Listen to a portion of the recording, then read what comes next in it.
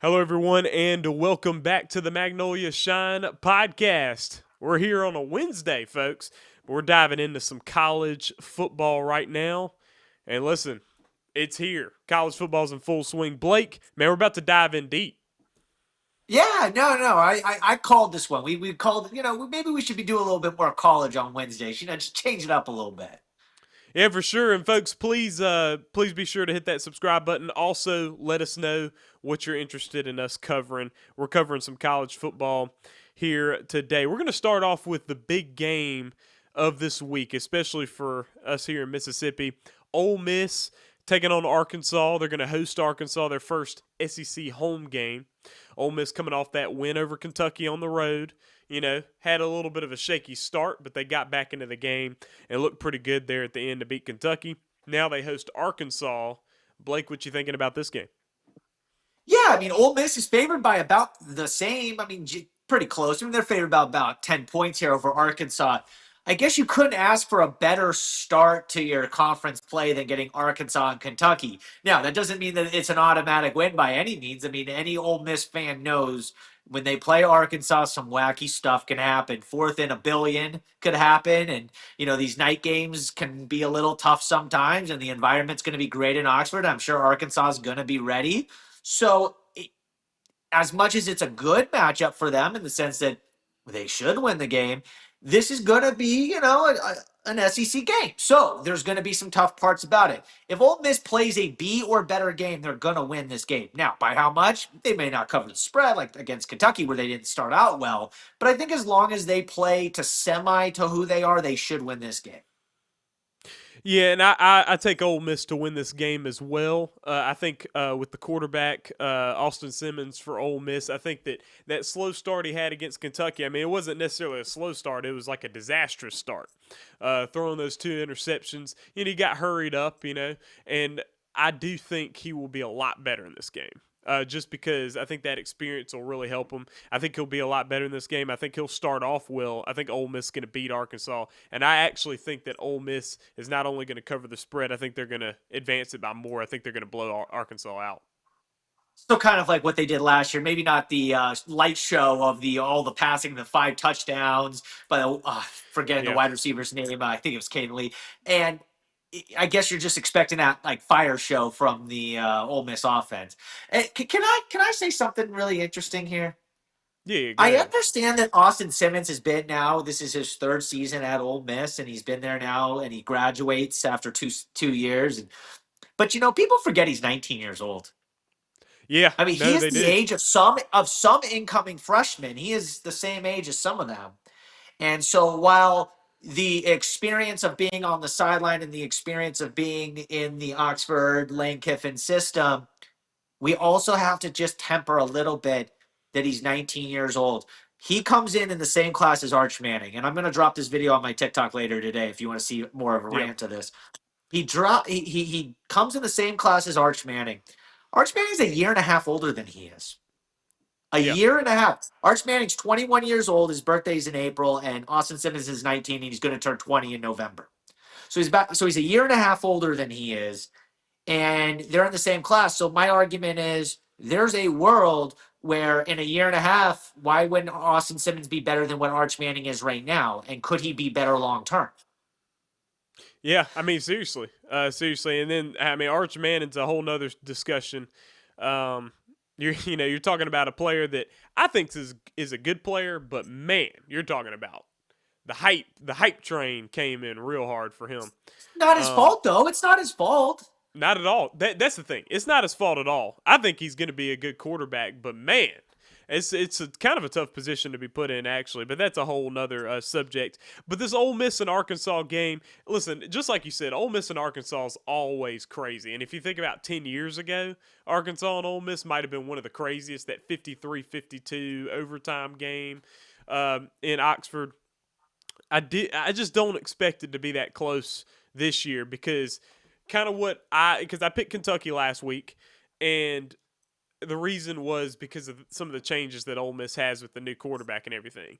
Now, those, you know, the growing pains that Ole Miss had, we saw it against Kentucky, but they overcame it and won the game. I just don't think we're going to see those problems against Arkansas. Yeah, I mean, you're going to want to win games that you don't play well, right? I mean, that's how you Yeah, get to 10-2. That's how you make the college football playoff. yeah, Because the reality is Ohio State, to me, in my opinion, it is Ohio State and everybody else with how good these teams are. I just watch Ohio State and I'm just so impressed. Ohio State is yeah, going to have 2 or 3 games this year where they don't play well. They just nothing's working. It's sloppy. And then they're going to find a way to win that game. And that's what's going to make Ohio State the number 1 team in the country. But for teams that are not in that Ohio State realm of play, which is Ole Miss trying to make the college football playoff, and I think if they make it, they're most likely going to be that 10, 11, 12 seed, right? I don't think they're going to be number 5. Maybe, but I don't think they're going to be that, winning the SEC or, being the second team and playing the SEC championship game. So they need to get into that 10, 11, 12 spot, which means that they're probably going to have to go 10-2. They're going to lose 2 games. Let's say they play bad in 5 of them. They got to go 3-2 in those games they play bad. Well, if you think Kentucky was one of those games and that's not their normal play, well, then they're 1-0 in games they've played bad. Does that make sense? yeah. That math equation of, unless that's who they are. Because if we see the rest of the season and they play the same way they played against Kentucky, they play against Arkansas, then that just might be who they are. In which case, I don't see where 10 wins are. Now, I do think they're going to get there, but we got to, that's why the early season is interesting, because what is real and what is bad play? What is early season struggles of an offense, because the defense is always better early in the season than the offense is going to be, because its offense is more timing and defense is just more reactionary and scheming. Who are they? And I guess you learn a lot from this game. Even though they're a 10-point favorite, you learn a lot. Yeah, no, I think you do. So this should be interesting. I've got Ole Miss. I think we both have Ole Miss winning this game over Arkansas. Looking at Mississippi State, Mississippi State coming off obviously a big win over Arizona State. This week they've got Alcorn. You're talking about Alcorn not looking at a very good season this year. It does not seem. And even if they were having a good season, they're playing Mississippi State. They're going to Starkville to play the Bulldogs. Obviously, Mississippi State is a severe favorite, and definitely going to win this game just off of what any kind of prior knowledge we could possibly have. But for Mississippi State, going into this game, you come off of a big win. How do you stay tight? You got to stay tight here. That's the important part about these kind of games that they're going to have these next 2 weeks. Yeah, obviously they lost 2 players for the year. Yeah, that was bad, one of their best man. defensive. Yeah, that's tough. But here's the thing: they're going to win this game by 40. So the question is, to me, it's not even a question. It's the most exciting thing about a game where a team's going to blow out the other team is, what we're finally going to see this week? You're going to see Kamario Taylor, probably. There you go. So Blake Shapen's going to come out there. He's going to ball out because he's playing a defense that just can't stop them. They're going to go into halftime. They're going to be up 35-0, 42-7. They're going to be up a bunch. And we're going to see almost a quarter and a half where Kamario Taylor is running a real offense. Now, he's going to be with the 2s. It's not going to be with the 1s, right? Because that's why, wide receivers are going to be off the field by that point. So he's going to be running with the second team. He's going to be running with the second team offense. Maybe they give him the first team offense for maybe 1 series in the second half just to see it kind of go. That's the most exciting part of this game. My guess is by the end of it, they're probably going to end up redshirting him. Whether I think he's the best quarterback or not the point. They're going to probably end up redshirting him this year. So this is going to be one of the 3-4 games he can play.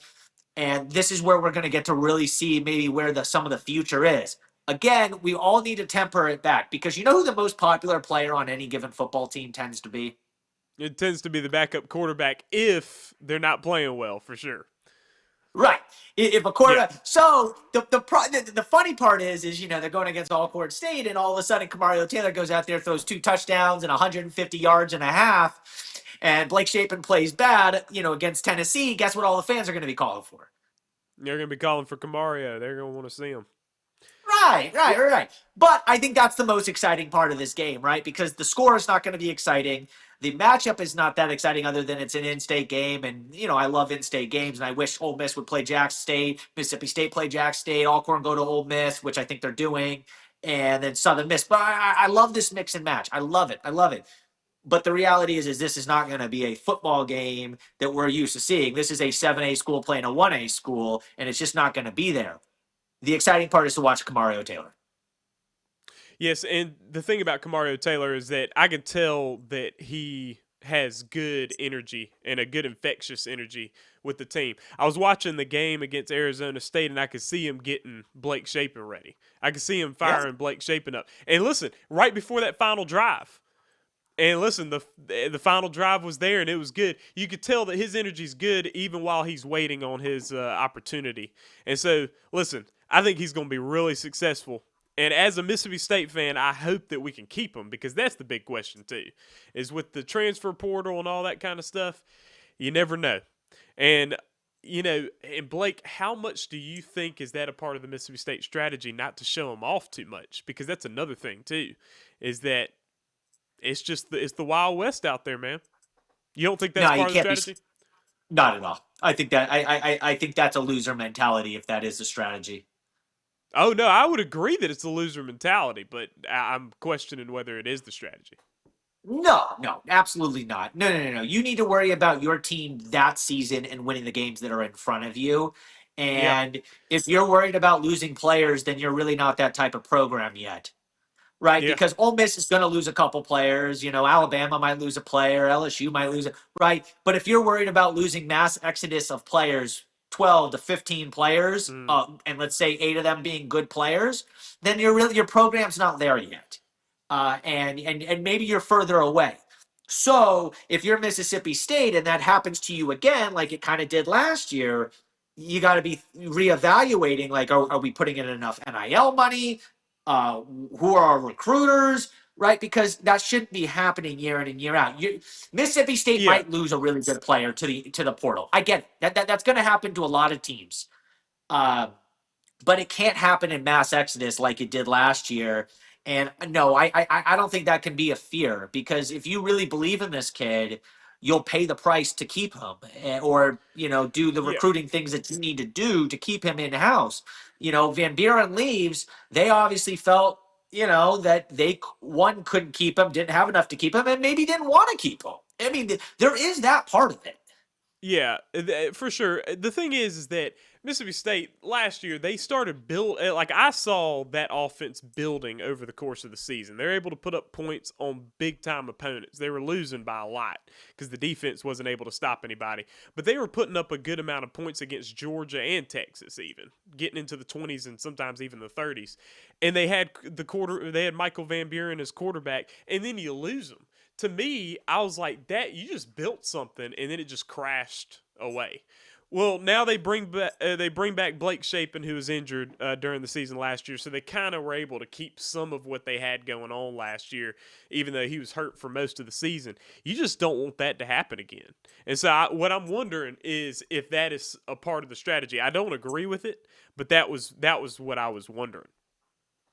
Yeah, I don't think that can even be a thought in your mind, right? Like, I don't even think that can be something. Now, we talk about it because we're media members and we like to talk about these things. But as a head coach, you can't even that can't even cross your mind. What if we lose this guy at the end of the year? Again, that's loser mentality. I don't think Jeff Levy's thinking that way, and I hope he's not thinking that way because, again, that is not a mentality that you can be long-term successful doing. You can't hide players because, players leave because they're not playing. Because if you're at practice, right?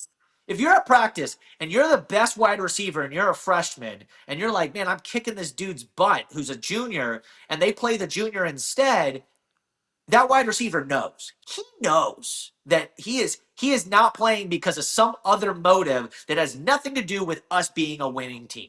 So the reality is Jeff Levy does not believe that Kamario Taylor at this very moment gives them a better opportunity to win the next football game than Blake Shapen. Yeah. Right? I believe that is what he thinks, yes. That's what he thinks. He's not going to say that, but that's what he thinks.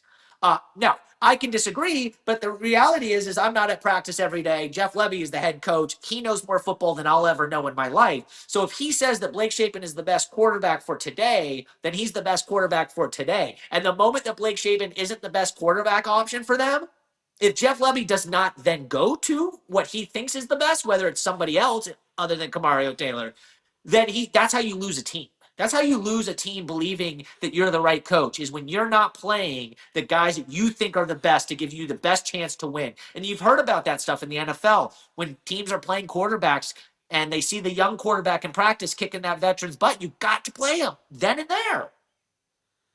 Yeah, no, and I would definitely agree with you there.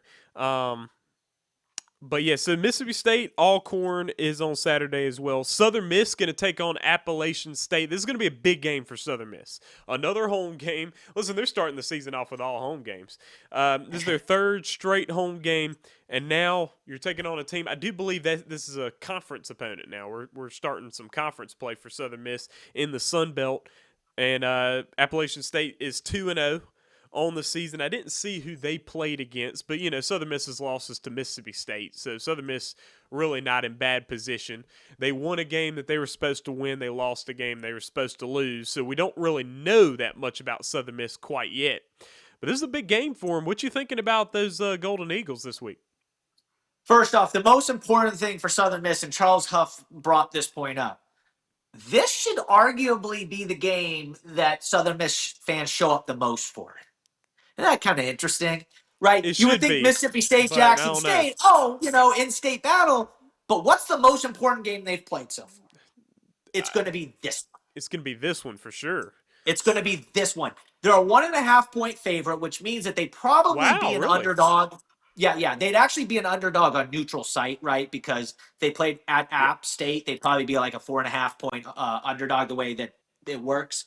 So they'd probably be, but they're giving them the home field advantage at least a little bit. And Charles Huff said he wants people to pack it out. This is a conference game. This is the game. This is what you play for as Southern Miss. The out-of-conference schedule is important because it builds your resume, it gets you better, and it shows you where you are.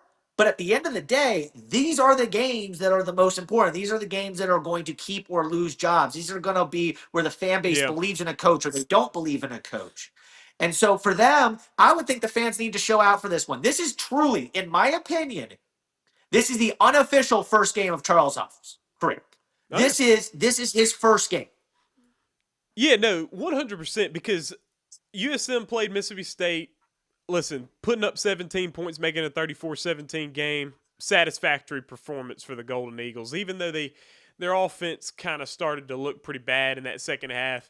But satisfactory performance. Jackson State, they took care of business. They win 38-20. Not super impressive, but they take care of business. This is the one that matters here against Appalachian State.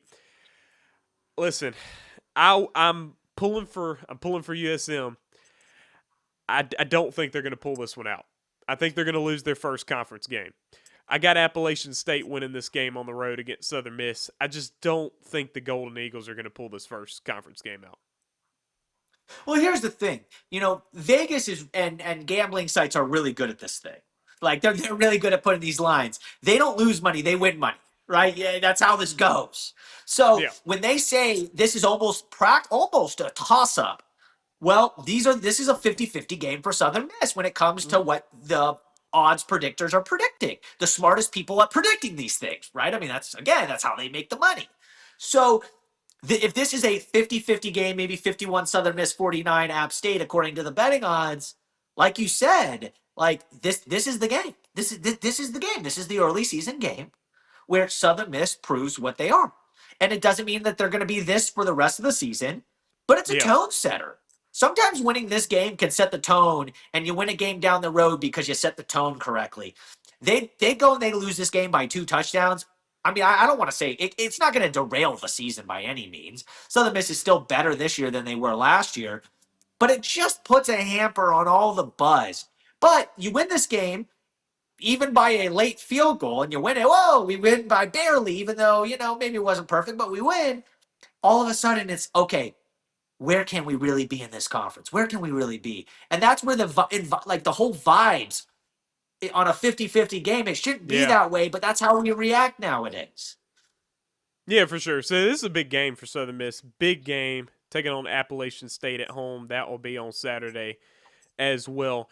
Now, Blake, are you releasing your picks later on, or are you picking these games here today? I mean, I can pick the games today. I mean, I have Ole Miss. Yeah, I have Ole Miss winning, I have State winning, and then I have App State winning as well. You have App State winning as well. Okay, I knew what you had for the first two. Okay, all right. So Tuskegee taking on Jackson State. So Jackson State going to host Tuskegee. Um, I believe this is a non-conference game. I don't think Tuskegee is Yes, going to yes, slap. yes, yes, yes, yes. It's obviously another HBCU, and it's in Alabama. They're 2-0. Jackson State 1-1 with their loss to Southern Miss just last week. And so Jackson State hosting this one. What you thinking, Blake, about this one? I know Jackson State, I know their quarterback was a little banged up during that Southern Miss game.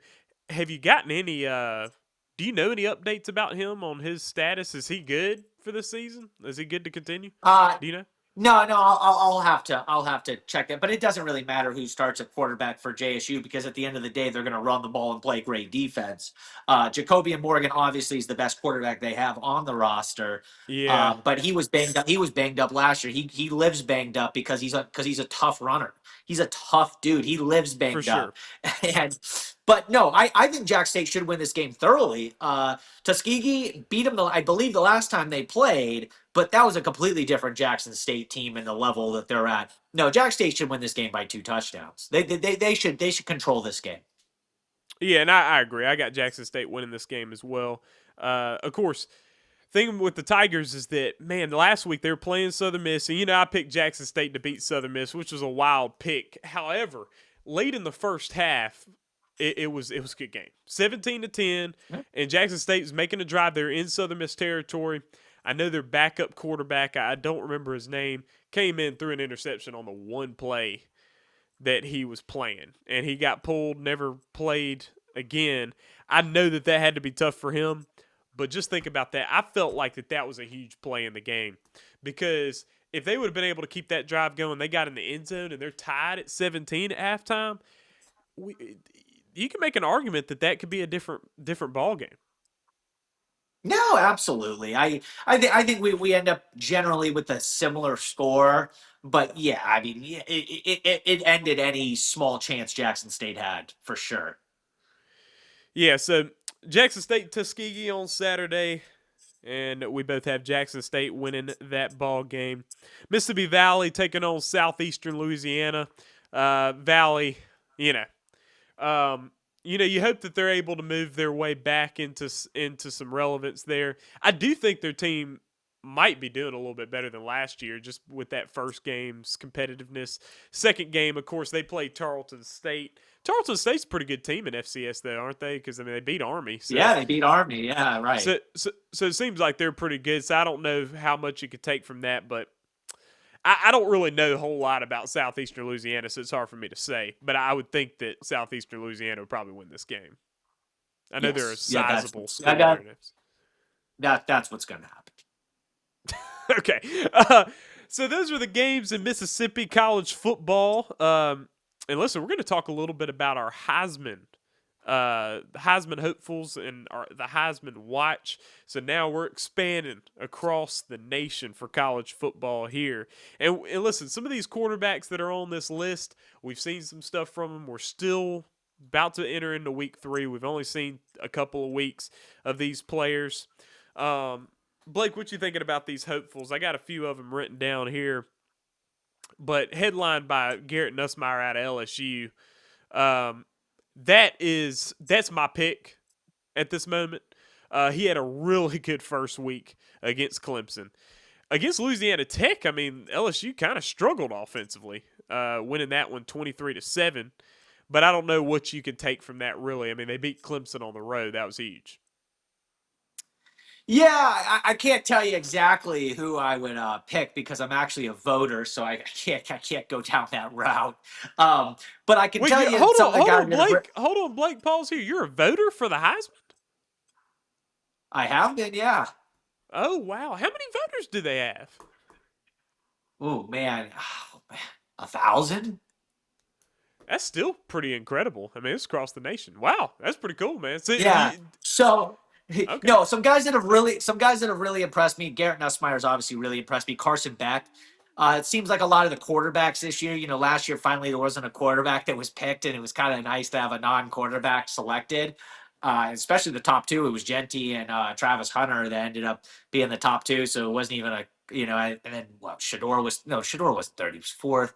Cam Ward was third, I believe, right? And Yeah. so yeah, there's some guys that are interesting. Like I said, Carson Beck, Nussmeier. Uh, I don't see a world where a non-quarterback. I'm trying to think. It's just so early in the season. Arch Manning was obviously the. Jeremiah Smith is the only guy that you would think could make a push, but he's a wide receiver. They don't really usually win. Yeah, I mean Heisman. Devontae Smith won at Alabama, but that was 20 touchdowns, 2,000 yards. That Yeah. was a really big season, and I guess they are if they end up number one, which I think they could. He has a shot. I'm trying to think of other SEC guys. Right now I haven't really seen. I really liked Clay Klubnik before the season, but he hasn't Oh looked yeah. good. Arch Manning was the odds favorite prior to the season, and doesn't seem like that's going to be a case anymore. No, I've been hearing a lot about John Mateer at Oklahoma, and I know that they've had a good start to the season. So I've heard some stuff about him on his ability to maybe compete for Heisman. We're so early in the season. We're going to have to see some of these big games before we really make some solid picks. But hey, folks, this is the reason why you got to listen to the Magnolia Shine podcast, man. We got a Heisman voter right here in Blake Levine. So listen, these are the opinions that matter right here. All right, so you got to listen in. So hit that subscribe button. I've also heard a lot about Lenora Sellers at South Carolina. And I know he's a good player, and South Carolina is pretty competitive. And listen, they made a push for the playoff last year. There was an argument for them getting that 12th spot in the playoff last year. Yeah, there was definitely an argument. Although I think when Ole Miss beats them 27-3, I found it kind of funny. I guess that's why it's a whole resume and it's not head to head. That's just not how they do have ever done the rankings. Head to head is if it's a real tie, but it's hard to make a case that it's a real tie at any given time. Lenore Sellers for sure has to be up there. I would put him over the guy at Oklahoma for sure for net right now, but. I think that South Carolina's got to be one of the sneakiest teams. They're definitely a fan favorite right now, South Carolina. There's a lot of people picking them to do some damage. I'm not fully sold yet, and I just want to see a little bit more. But at the same time, I mean, the betting odds like them. The fans like them. There seems to be a lot of buzz with Lenore Sellers being arguably the best quarterback in the country, maybe behind Nussmeier and Carson Beck. So, yeah, I mean, I could see that, but does South Carolina? I mean, you got to have 10 wins to win a Heisman, in my opinion, unless you do what Travis Hunter did and you just had one of those seasons that were just for the ages. And they did win 9 games. I mean, it's not like they didn't win a bunch of games and you played both sides. Heisman winners are going to tend to come from teams that got to win double-digit games. They did. However, the last 2 Heismans didn't win 10 games because Jaden Daniels, they didn't win 10 games either.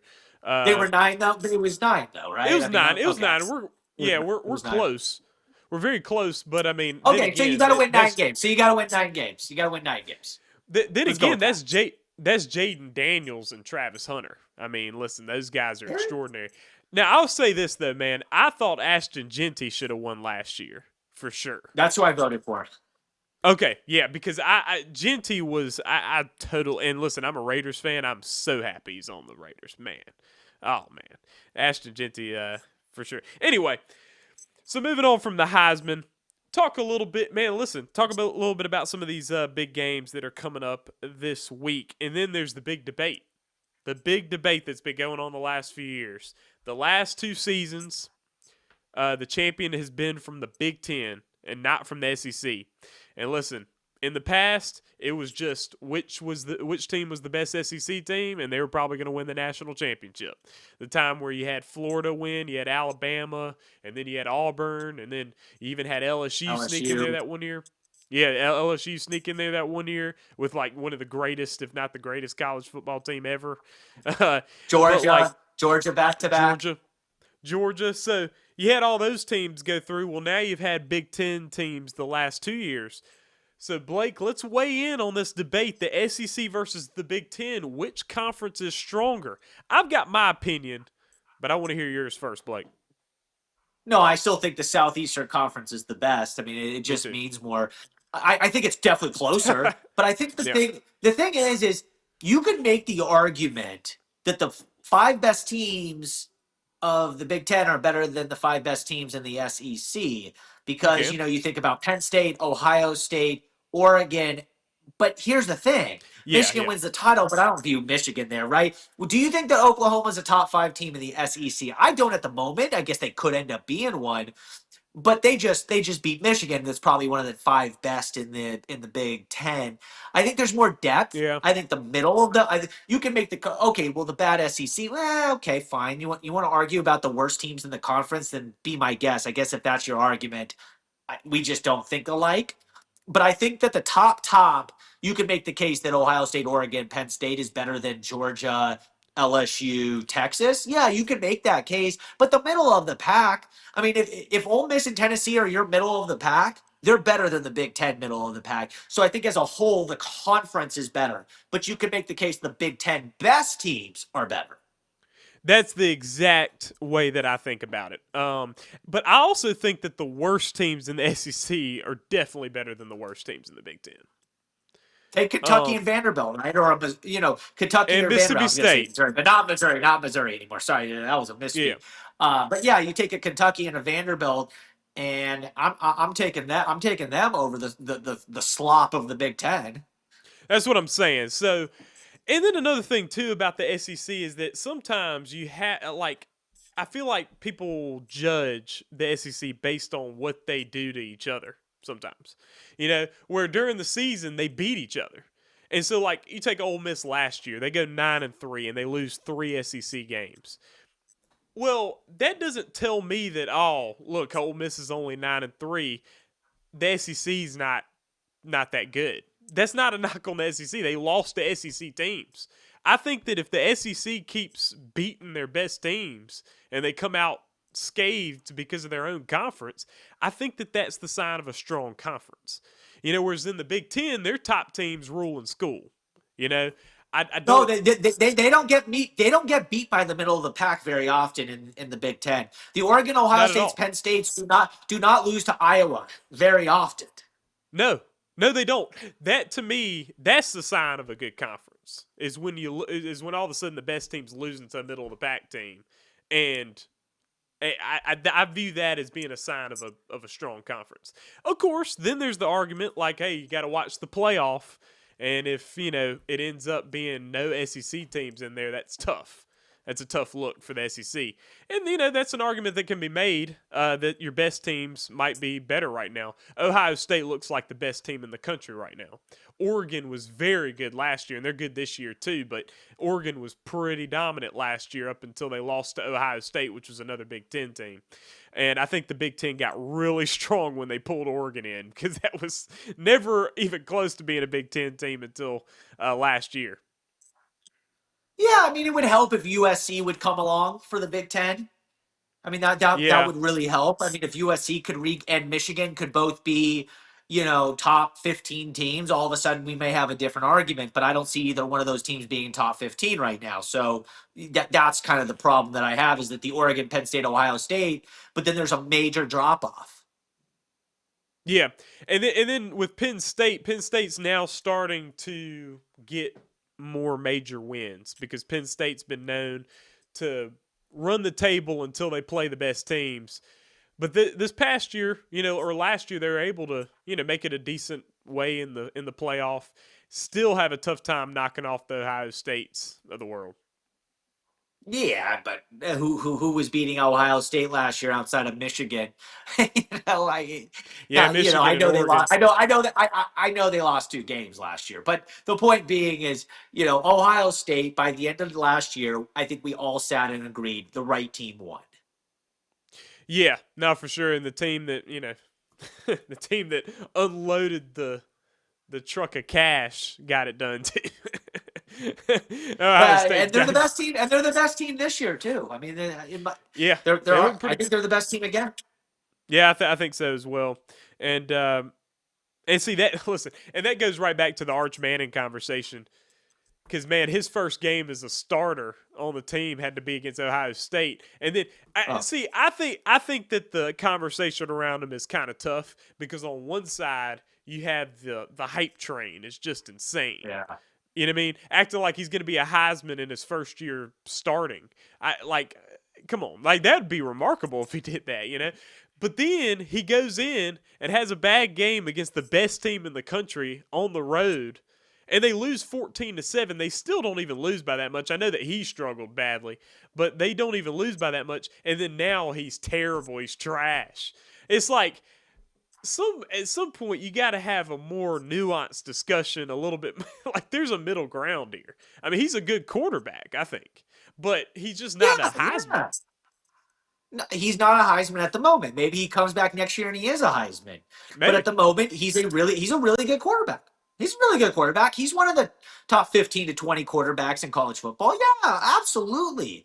But again, it's not his fault that the hype train is what it is. And when you're a Mississippi fan and you're from Mississippi and the Mannings mean a lot to the state of Mississippi, him not going to maybe an Ole Miss, maybe people are just judging him a little bit different in the state. Yeah. Yeah, well, hey, there's that. So now we're going to dissect some of these big games. So we got Georgia and Tennessee. All right, this is going to be at Neyland Stadium. This is always a good game. Georgia and Tennessee is always a great one. Listen, we don't know a whole lot about these two teams yet. We know that they're probably both going to be good. I have Georgia winning this game. They're going on the road to Tennessee. It's going to be tough environment there in Knoxville. I got Georgia winning this game, but I can never be too sure.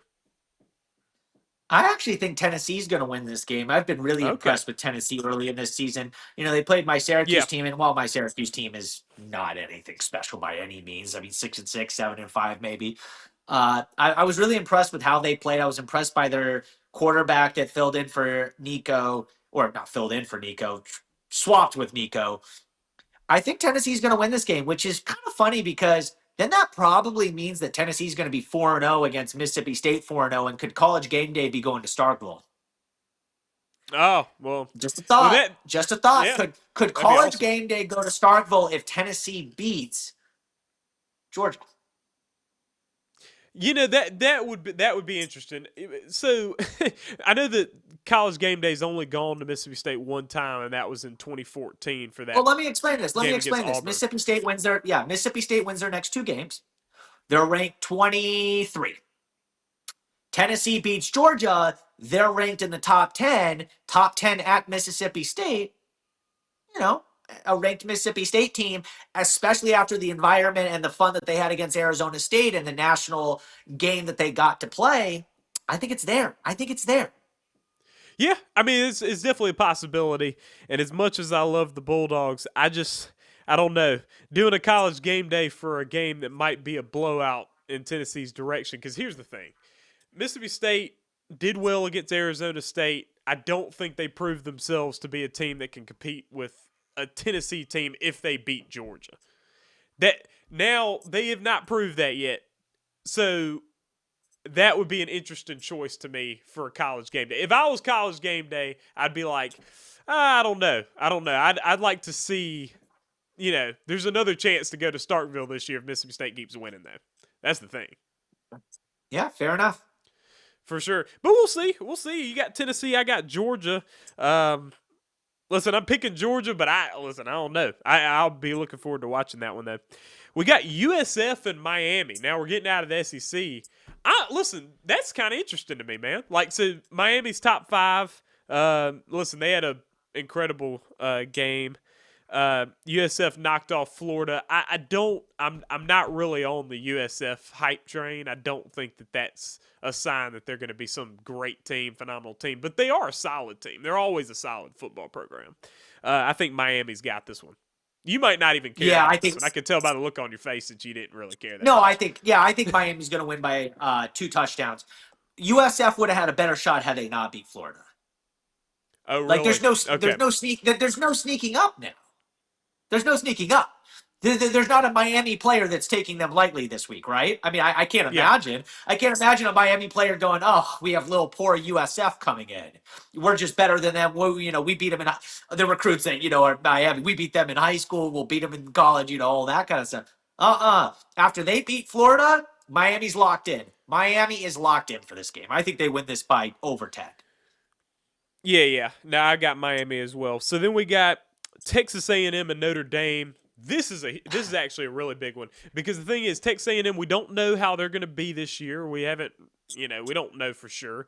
Notre Dame has a loss on their record already, and this is a must win for Notre Dame. It's a must win. Must They're at home win. again. Must win. Yeah, and being an independent team, you don't get to be in a conference. Like, let's say Notre Dame was in the Big Ten. Well, they would have a chance to maybe work their way into a Big Ten championship, and they might be able to sneak into the playoff. You can't lose another game this year and make the playoff. Last year, they lost to Northern Illinois, but they won every other game. And so they made the playoff. And they made as ranked number 7. So I think Notre Dame, I think this is a must win, and I think Notre Dame's going to pull it off. I think they have one more loss they can play with, especially when you're Notre Dame Really? and you're the brand that they are. Yeah, I think when you're The brand is there. And look, the brand is there, and I think also kudos to Notre Dame for not playing an easy schedule, even though you're an independent. I mean, they're playing Texas A&M. They played at Miami. I mean, they're playing for real. I mean, you can't make the argument, oh, Notre Dame doesn't have a tough schedule. They're not playing in a conference. Well, hold on. Their first 2 games were against ranked teams. So what's your problem? Yeah. Right? Like, and then they're going to play USC as well because they always play them at the end of the year. I mean, like, Notre Dame has a real schedule. I mean, I know they play a lot of ACC teams. They kind of affiliated with the ACC. I think Notre Dame wins this game because they have to win this game, and they come off a bye week. So I think Notre Dame wins. Okay. Yeah, so that's what I have as well. All right, then we got Florida and LSU. And I think this is a dangerous game for LSU. I think it's dangerous because the thing is, Florida's coming off of a loss. I think they're going to be locked in. I think they're going to be focused. However, I think LSU's going to win the game. I think it's going to be closer than maybe expected, especially now that Florida's expectations have plummeted. And now the coach is like, he's on the hot seat. He's on a piping hot seat, and makes Florida probably a little bit regretful about firing Dan Mullen that quick, because I mean it hasn't been any good since. However, back to focusing on the game, I think LSU's going to win the game, but I think Florida's going to give them a good challenge. I'm torn here. Yeah, I really want to take Florida. I really do. it's possible. You know what? I'll do it. I think Florida's going to win this game somehow. Wow. Billy Napier last year was on the hot seat until he won games when he was, about to be fired, and then he saved his job again. Billy Napier, for some weird reason, when it comes down to it, is able to win a game when, he's on the hot seat and it's about there. And DJ Lagway plays a lot better this week. I think Florida's going to somehow win this game. I'm feeling it in my soul right now. Yeah, some of those head coaching jobs in college football are they're tough jobs to have because the thing is that you can be wildly successful and be known as one of the best college football coaches, or you could just always be watching your back and watching your job get taken almost. See this 0? Yeah. That's how many coaches were fired last year in the SEC. Wow, really? Oh wow! I guess there was not one coaching change in the SEC last year. All the coaches that were there last year are here this year. Oh wow, that's probably pretty rare, I would think. My point being is that there's going to be a turnover this year. You're right, because if you go from 0 one year, it tends to even out the next year. Billy Napier needs to win this game. He needs to and that's so tough. Imagine saying to your team, "We have to beat a top 5 team, or else." That's a tough spot to be in. On the road in Death Valley. Yeah. So you got Florida, I got LSU, so that should be interesting. Vanderbilt in South Carolina. South Carolina, heavy favorites, and it's at South Carolina. Vanderbilt has done more surprising things. They beat Alabama last year. Of course, that was a home game for them, but Alabama was very good last year. South Carolina, I got South Carolina holding strong and winning this game. I know they're favorites to win. But I think Vanderbilt might give them a little challenge. Vanderbilt's football is at a high point for them. Yeah, I mean, it's nice to be a Vandy fan right now. It's exciting. You feel like you can play in any given game. But I will take South Carolina. I think South Carolina's on a mission this year. I agree with a lot of the fan hype. Yeah, so South Carolina, favorites, and we both have them to win. Wisconsin and Alabama, another game we're talking about a must-win. And for Alabama, it sure is a must-win because Alabama definitely has another loss on the schedule in the SEC because they haven't even played an SEC game yet. And, kudos to them for playing a challenging schedule as well. They might have not known that Florida State was as challenging as that was going to be, if we're just being honest, this year.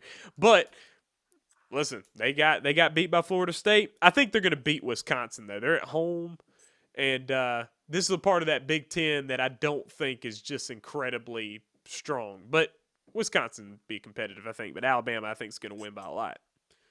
Wisconsin hasn't been good. I'm taking Alabama, and like you said, this is a must win, a must win. You can't have two losses before you even come into your 8 conference games. There's just no way Alabama can't lose this game. Like they just can't. I mean, if they do, sure. I mean, I guess it's possible, but they can't lose this game. They cannot. Must win at its highest order. Yeah.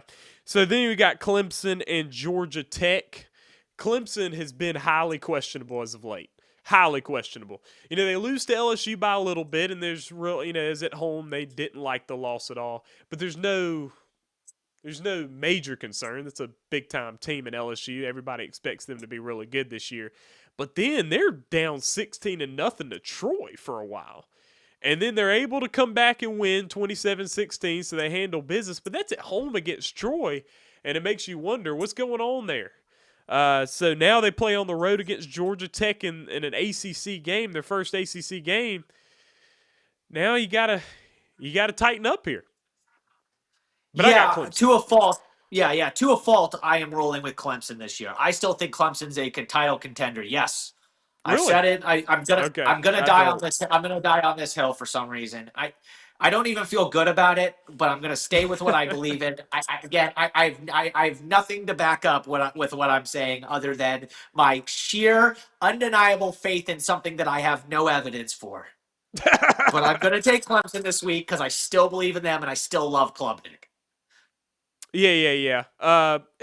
Look, they're 1-1 and they lost to LSU. I mean, it's not the end of the world at all. And teams will have slow starts in games, even to smaller schools and everything like that. So they definitely have a legitimate shot, but they need to show something in this game. I think Clemson's going to win as well. So I'm not questioning that they're going to win that game against Georgia Tech. But folks, listen, that'll wrap up our Wednesday show. And folks, we're going to try to start doing this now Wednesdays. We're going to dive into some college football. I know that you guys are interested in hearing our takes on college football, and we're excited about watching it. Blake, man, listen, we'll be back tomorrow. We're going to be talking high school football here in the state of Mississippi, week 3, and we got some big ones. Absolutely. I'll see you there. For sure. Folks, please be sure to hit the subscribe button, hit that like button, to also share it with anyone who's interested in Mississippi high school sports as well as college football across the nation. Share the Magnolia Shine podcast. We'll see you tomorrow morning. We out.